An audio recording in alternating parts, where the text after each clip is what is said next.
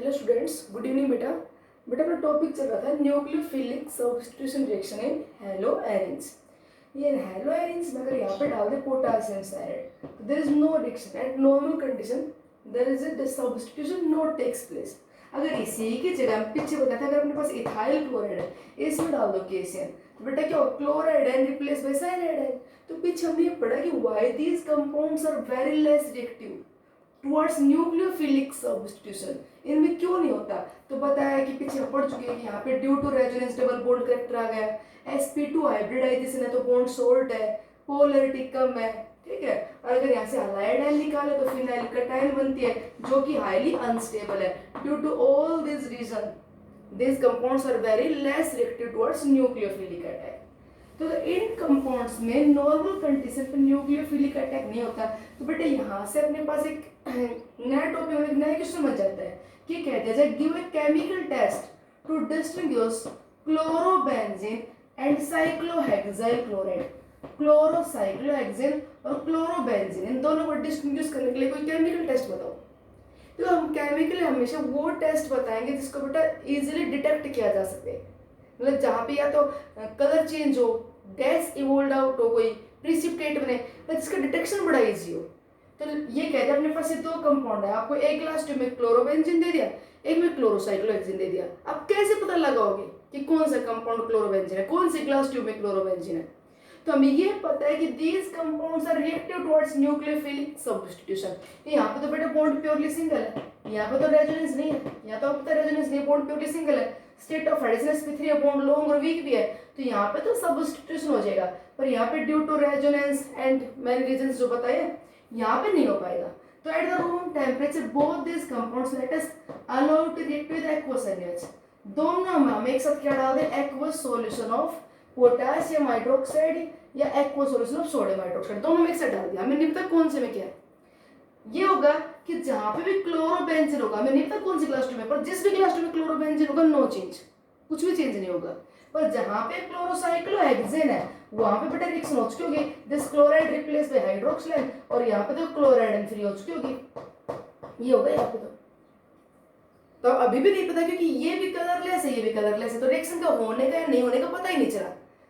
Difference तो हो चुका है कि यहाँ पे रिएक्शन नहीं हुई, यहाँ पे रिएक्शन हुई, बट उस रिएक्शन जो होने का हम डिटेक्ट नहीं कर पाएंगे क्योंकि बेटा कलरलेस रहा, ये भी कलरलेस रहा। तो कोई गैस लिबरेट हो आउट हो, कोई कलर चेंज हो, कोई प्रिसिपिटेट बने तब तो पता चल जाए। तो हमें कैसे पता चलेगा कहाँ पे रिएक्शन हुई। तो ऐसा करो कि जहाँ पे भी रिप्लेसमेंट हुआ होगा वहां पे क्लोराइड आयन फ्री हो चुके हैं, जैसे यहाँ पे रिप्लेसमेंट होगा यहाँ पे क्लोराइड आयन फ्री हो चुके हैं।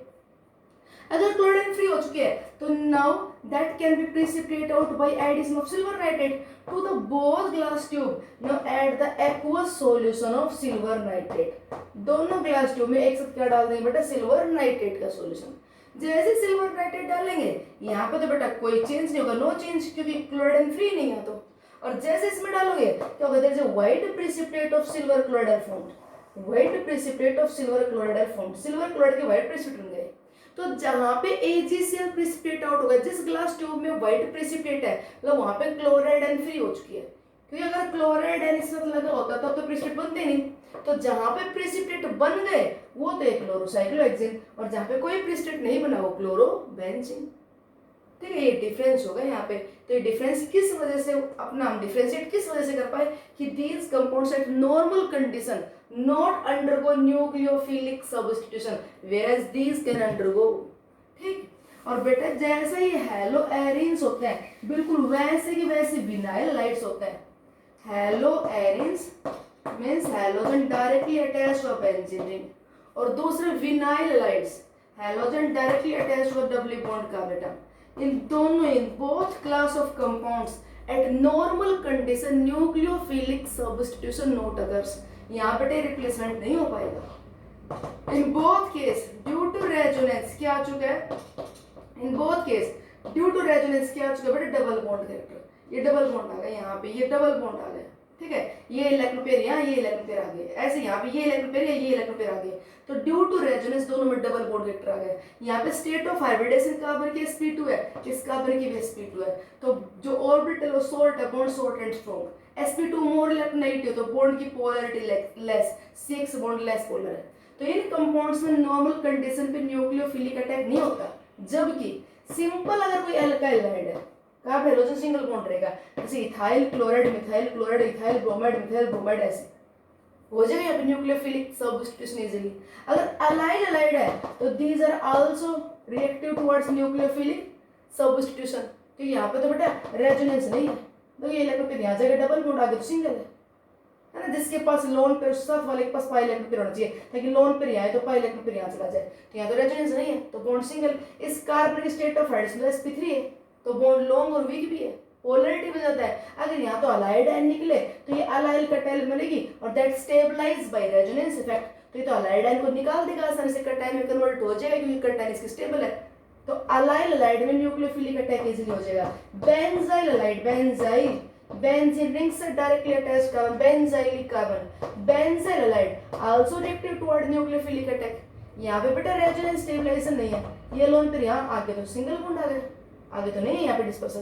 Carbon state of hydrogen sp3 तो बॉन्ड लॉन्ग वीक, तो alkyl allied, allyl allied, benzyl alide, these can easily undergo nucleophilic substitution, but these compounds does not undergo easily nucleophilic substitution reaction. Question ये दे दिया जाए, give a chemical test to distinguish benzyl bromide and the bromobenzene और benzyl bromide को distinguish करने के लिए test बताओ। तो बेटा आपने पता है at normal condition not undergo nucleophilic substitution, यहाँ पे तो हो जाएगा, तो both are allowed to react with any nucleophile. जैसे हम यहाँ पे सिल्वर नाइट्राइट डाल दिया, दोनों में क्या डाल दे बेटा, सिल्वर नाइट्राइट, ये डाल दे सिल्वर नाइट्राइट, ठीक है।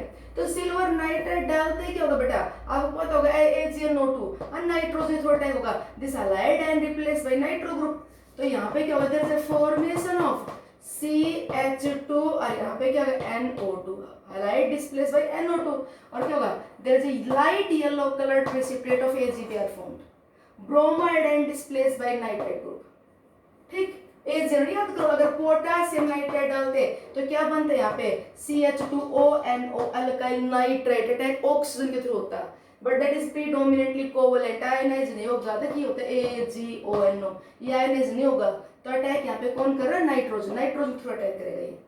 और बेटा यहाँ पे डाला सिल्वर नाइट्राइट, नो रिएक्शन, कोई रिएक्शन नहीं होगी, this due to double bond character can not displaced easily at the room temperature, हो गया डिफरेंस। तो जहाँ पे येलो प्रेसिपिटेट बन गए वो बेंजाइल ब्रोमाइड, जहाँ पे नहीं बने वो hello Erin. A test to distinguish vinyl bromide and allyl bromide, एक तो दे दिया जाए आपको अलाइल ब्रोमाइड, ये दे दिया अलाइल ब्रोमाइड, और एक दे दिया जाए बेटा vinyl bromide. Give a test to distinguish these two, तो अपने को पता है यहाँ पे तो बॉन्ड प्योरली सिंगल है, जब यहाँ पे due to resonance double bond आ जाएगा, तो दोनों में एक साथ डाल दीजिए। कोई जैसे मान लीजिए हमने यहाँ पे पोटेशियम साइनाइड डाल दिया, पोटेशियम साइनाइड डालते बेटे यहाँ पे रिप्लेसमेंट होगा CH2 double bond CH2 CN हो गया डिस्प्लेसमेंट, यहाँ पे डालोगे नॉर्मल कंडीशन, नो रिएक्शन, नहीं होगी रिएक्शन, ठीक। अब रिएक्शन हो गई या नहीं होगी, उसकी रिएक्शन को होने का ना होने का पता कैसे चलेगा, पता ऐसे चलेगा कि that allowed to react with silver nitrate solution, ऊपर से दोनों में एक साथ क्या डाल दो, सिल्वर नाइट्रेट डाल दो, AgNO3 डालते ही अगर यहाँ पे लाइट येलो कलर के प्रेसिपिटेट बन गए, जिस तरफ लाइट येलो प्रेसिपिटेट बन गए वहां तो डिस्प्लेसमेंट हुआ है, तो वो तो ये अलाइल, और जहाँ पे कोई प्रेसिपिटेट नहीं बने वो विनाइल, ठीक। तो ये था यहाँ पे कि अलाइल अलाइड्स में, बेंजाइल अलाइड्स में, सिंपल अल्काइल अलाइड्स में इजीली न्यूक्लियोफिलिक अटैक हो जाता है, बट विनाइल में और अराइल में न्यूक्लियोफिलिक अटैक नॉर्मल कंडीशंस पे नहीं होता। ये दे दिया जाए, give a test to distinguish this allyl bromide and allyl chloride, इन दोनों को डिस्टिंग्विश करो। तो बेटे यहाँ पे बोल्ड सिंगल है, सिंगल डिस्प्लेसमेंट दोनों में हो जाएगा, मान लो दोनों में हम एक साथ डालते हैं silver nitrite, both are allowed to react with silver nitrate, halide and displaced by nitrate group, तो क्या होगा CH2 डबल बॉन्ड CH2 यहाँ पे अटैक करेगा नाइट्रोजन NO2, AgBr क्या बन गया, सिल्वर ब्रोमाइड का बेटा light yellow precipitate, AgBr light yellow होता है, और बेटा जहाँ पे क्लोराइड होगा डिस्प्लेसमेंट तो वहां पे भी हो जाएगा, यहाँ पे भी हो गई है CH2NO2, पर यहाँ पे क्या बनेगा, व्हाइट कलर के प्रेसिपिटेट, तो जिधर व्हाइट प्रेसिपिटेट बने, जिस तरफ व्हाइट प्रेसिपिटेट बने, व्हाइट जिस तरफ व्हाइट प्रेसिपिटेट बने वो तो क्लोराइड वाला, और जिधर बेटा लाइट येलो प्रेसिपिटेट बने, लाइट येलो, वो बेटा ब्रोमाइड होता है, ठीक है। और अगर सिल्वर फ्लोराइड बन सिल्वर आयोडाइड बनता है ना तो dark yellow, silver chloride white, ये व्हाइट, ये लाइट येलो और ये येलो, ठीक। तो अगर क्लोराइड ब्रोमाइड अलग अलग देते तो भी हम इनको डिस्टिंग्विश कर सकते हैं कि कौन सा क्लोराइड है कौन सा ब्रोमाइड। एक साथ दोनों में न्यूक्लियोफिलिक सब्स्टिट्यूशन करवाया, ऊपर सिल्वर नाइट्रेट का सॉल्यूशन डाल दिया, ये डायरेक्टली हमने सिल्वर नाइट्रेट डाल दिया, तो जहां पे AgCl बना व्हाइट प्रेसिपिटेट बने वो तो क्लोराइड है, और उधर लाइट येलो प्रेसिपिटेट बने वो उधर ब्रोमाइड है, ठीक। तो ये था न्यूक्लियोफिलिक सब्स्टिट्यूशन के बारे में। और इन एग्जांपल से ये क्लियर भी हुआ कि हेलोएरिन्स and vinyl halides eight normal condition not undergo nucleophilic substitution. At normal condition these not undergo nucleophilic substitution। ये कहते हैं जब what happens when haloarine subjected to hydrolysis, अगर हम इसका हाइड्रोलिसिस करवाएं तो क्या होगा, नो रिएक्शन। हम यहाँ पे हाइड्रोलिसिस करवाने के लिए एक्वस NaOH डाल दे, what happens, no reaction. At normal condition these not undergo nucleophilic substitution। तो कब होगी न्यूक्लियोफिलिक सब्स्टिट्यूशन? न्यूक्लियोफिलिक सब्स्टिट्यूशन अगर इसमें करवानी है तो ये बताए बेटा हाई टेम्परेचर, यहाँ पे जो डालो ना एक्वस NaOH सॉल्यूशन, इस कंडीशन में क्या रखो, high temperature 623 kelvin temperature, high atmospheric pressure 300 atmospheric pressure, और साथ में क्या डालना पड़ेगा, dilute HCl as a catalyst. इस कंडीशन पे drastic condition at high temperature pressure and in the presence of catalyst now that undergo nucleophilic substitution and there is a hydrolysis occurs and halide ion replaced by hydroxyl। तो बेटा ये condition पे reaction का होना indicate यही कर रहा है कि these are very less reactive towards nucleophilic attack। क्यों है वेरी लेस रिएक्टिव, हम पीछे पढ़ चुके हैं कि डबल बॉन्ड आ गया, बॉन्ड स्ट्रॉन्ग हो गया, नहीं टूटेगा, कई रीजंस बताए, ठीक। बेटा इस कोर्स का नाम है Dow's process for the preparation of phenol from the chlorobenzene. कहते हैं convert the chlorobenzene to phenol, chlorobenzene से फिनोल बनाना है। अगर इसी की जगह हमें कहता है मिथाइल क्लोराइड से मीथेनॉल बनाओ, वेरी इजी, इसमें डाल दो सीधा aqueous NaOH, chloride and replace by hydroxyl, methanol बन जाएगा। बट हेलोआयन में रिप्लेसमेंट इजी नहीं है। हाँ ये बताया गया अगर आप इस कंपाउंड को थोड़ा सा रिएक्टिव करना चाहते हो तो यहाँ पे इलेक्ट्रॉन विद ड्राइंग ग्रुप लगा दो, जैसे presence of nitro group, nitro group is electron with drawing group, बताएंगे अभी कैसे, ठीक है। जून क्लास में बता भी चुके हैं आपको ये नाइट्रो ग्रुप कैसे इलेक्ट्रॉन विद ड्राइंग है, अभी भी बता देंगे यहाँ पे।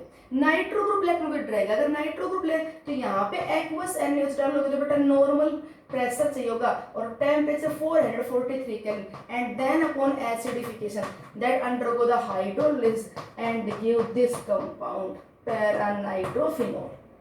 देखो यहाँ पे क्या फर्क पड़ा कि नाइट्रो ग्रुप लगाते बेटा रिएक्शन 623 केल्विन की बजाय 443 केल्विन पे हो गई। अच्छा एक बात और, अगर हम यहाँ पे नाइट्रो ग्रुप 2 लगा दें, अगर नाइट्रो ग्रुप 2 लगा दें तो ये देखा कि now that reaction takes place much easier, और भी आसानी से हो जाएगी, नियरली 368 केल्विन टेम्परेचर पे हो जाएगी अगर 2 नाइट्रो ग्रुप लगा दे तो। और ये देखा बेटा अगर हम इसमें 3 नाइट्रो ग्रुप लगाते हैं तो सिंपली अब तो हमें ना तो जरूरत है किसी हाई टेम्परेचर की, ना जरूरत है हाई प्रेशर की, नॉर्मली इसमें वाटर डाल दो nearly 323 kelvin, by water it undergo the hydrolysis and give 2,4,6 ट्राइनाइट्रोफिनोल। क्या बता रहे कि जितना इस पे नाइट्रो ग्रुप लगाते जा रहे हो उतना इस रिएक्शन का होना इजी होता जा रहा है। Presence of electron with the drying group on the ring makes the compound more reactive towards nucleophilic substitution। यहाँ से बेटा नाइट्रो ग्रुप लगते क्या होगा कि क्लोराइड एंड के OH लगे तो वाटर की हेल्प से ही होगी हाइड्रोलिसिस रिएक्शन। इसको बोलते हैं पिक्रिक एसिड, 2,4,6 ट्राइनाइट्रोफिनोल को बोलते हैं पिक्रिक एसिड, ये पिक्रिक एसिड है, 2,4,6 ट्राइनाइट्रोफिनोल को बोलते हैं पिक्रिक एसिड।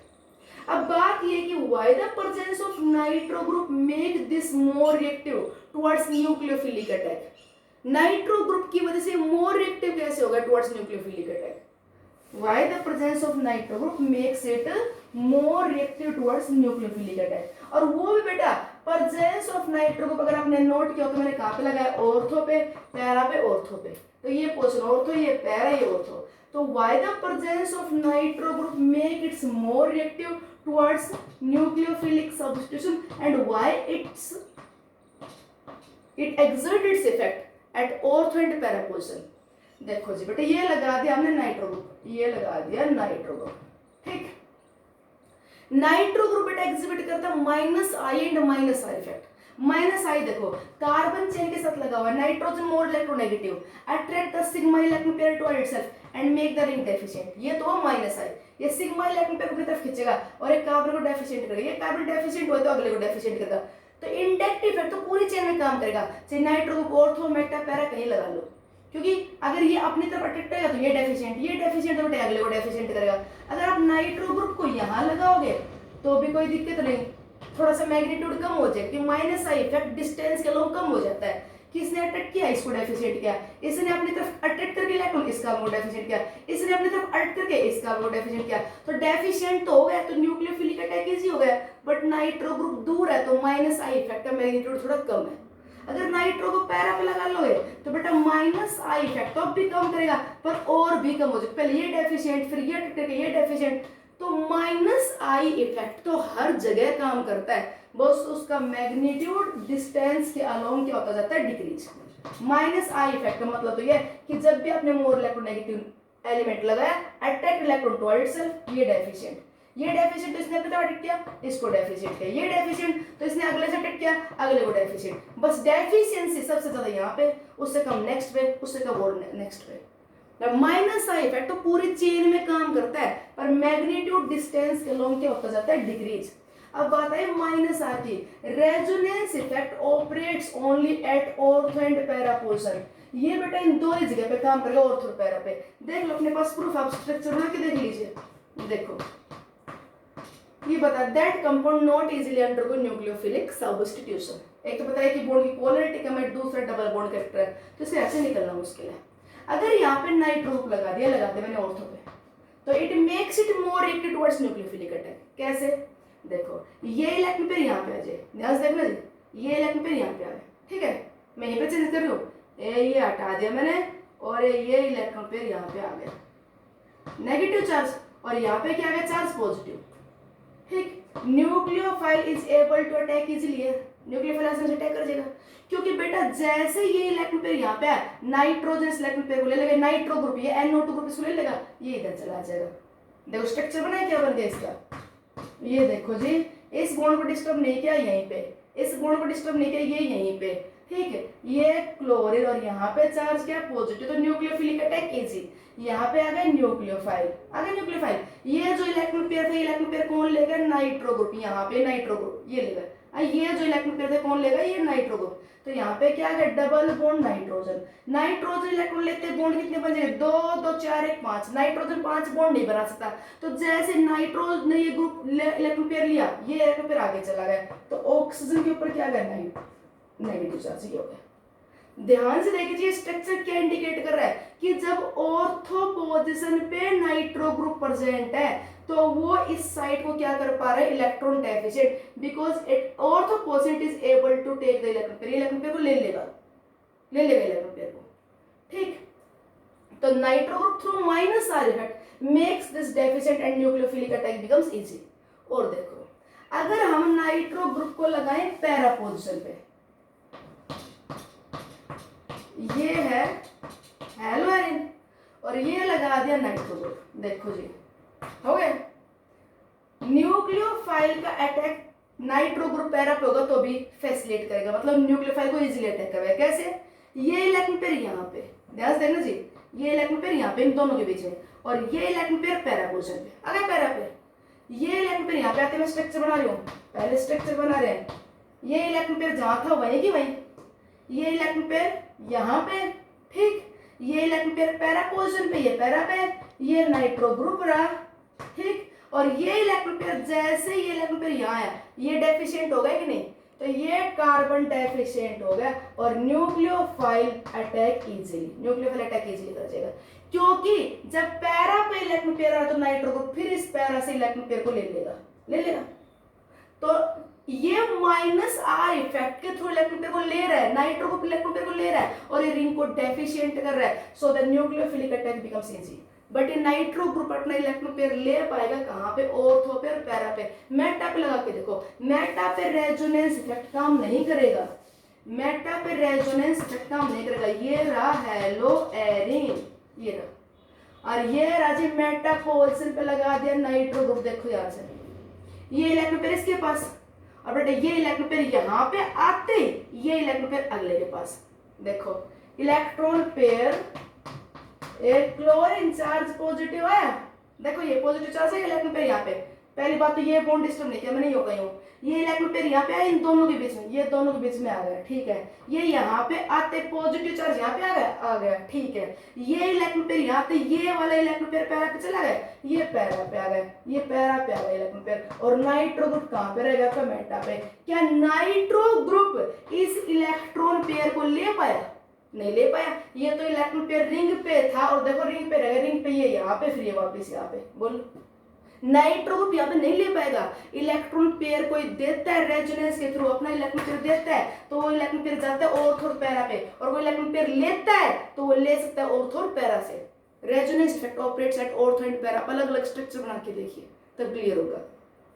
तो haloarenes are very less reactive towards nucleophilic attack, but these becomes more reactive, their reactivity can be increased towards nucleophilic attack by applying an electron with a drag group। Nitro group लगा दे, cyano group लगा दो, CO group लगा दो, ये बेटा electron with drag group है। देखो ये इलेक्ट्रॉन पेयर इसके पास, ये इलेक्ट्रॉन पेयर इसके पास, देखो आप यहाँ पे ये इलेक्ट्रॉन पेयर इसके पास, ये डबल बॉन्ड, ये ऑक्सीजन पे नेगेटिव चार्ज, यहाँ पे चार्ज क्या होगा पॉजिटिव, अटैक कर जाएगा न्यूक्लियोफाइल, ठीक। अगर हम ये लगा दें हेलो एरिन और यहाँ पे लगा दो COOH, देखो ध्यान से, ये इलेक्ट्रॉन पेयर इसके पास और ये इलेक्ट्रॉन पेयर यहाँ पे, ये आ गया पॉजिटिव चार्ज क्रिएट कर देगा। तो इलेक्ट्रॉन विद ड्रैग ग्रुप लगा दिया जाए तो वो इस साइड को डेफिशिएंट करेगा, न्यूक्लियोफिलिक अटैक को फैसिलिटेट करेगा। ओके बेटा, ये था सारा न्यूक्लियोफिलिक सब्स्टिट्यूशन के बारे में।